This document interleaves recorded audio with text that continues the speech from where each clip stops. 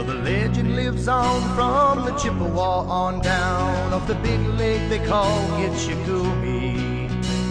The lake, it is said, never gives up for dead when the skies of November turn gloomy.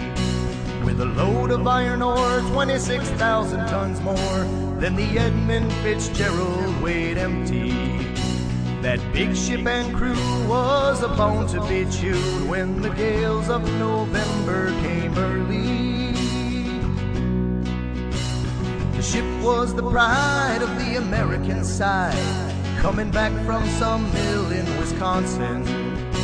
As the big freighters go, it was bigger than most, with a crew and good captain well seasoned, concluding some terms with a couple of steel firms when they left fully loaded for Cleveland.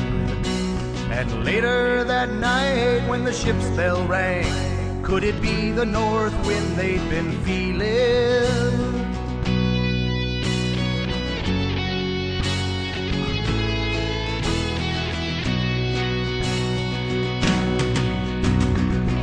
And the wires made a tattletale sound as a wave broke over the railing.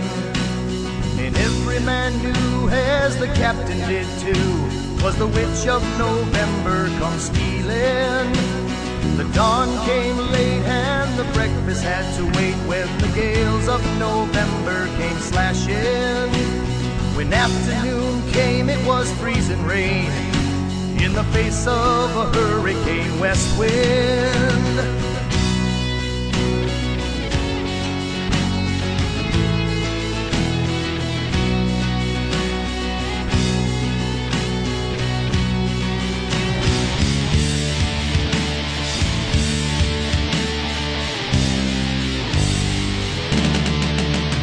When supper time came, the old cook came on deck saying, "Fellas, it's too rough to feed ya." At 7 p.m. the main hatchway came in. He said, "Fellas, it's been good to know ya." The captain wired in, he had water coming in, and the big ship and crew was in peril. And later that night, when his lights went out of sight, came the wreck of the Edmund Fitzgerald.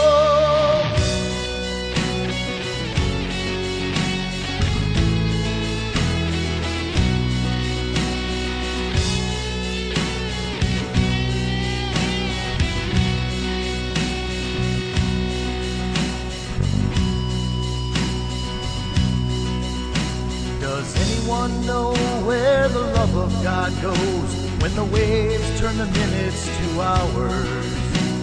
The searchers all say they'd have made Whitefish Bay if they'd put 15 more miles behind her. They might have split up or they might have capsized. They may have broke deep and took water. But all that remains is the faces and the names of the wives and the son and the daughters.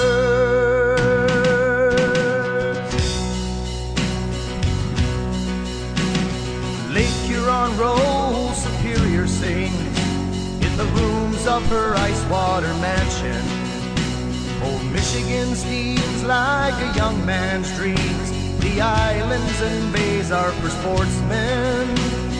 Farther below, Lake Ontario takes in what Lake Erie can send her. And the iron boats go, as the mariners all know, with the gales of November remembered.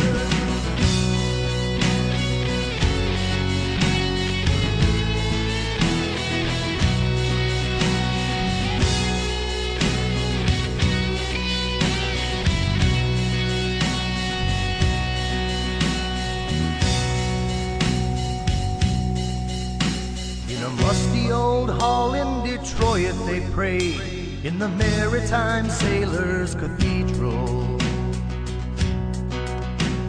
The church bell chimed till it rang 29 times for each man on the Edmund Fitzgerald. Well, the legend lives on from from the Chippewa on down of the big lake they call Gitchagooey.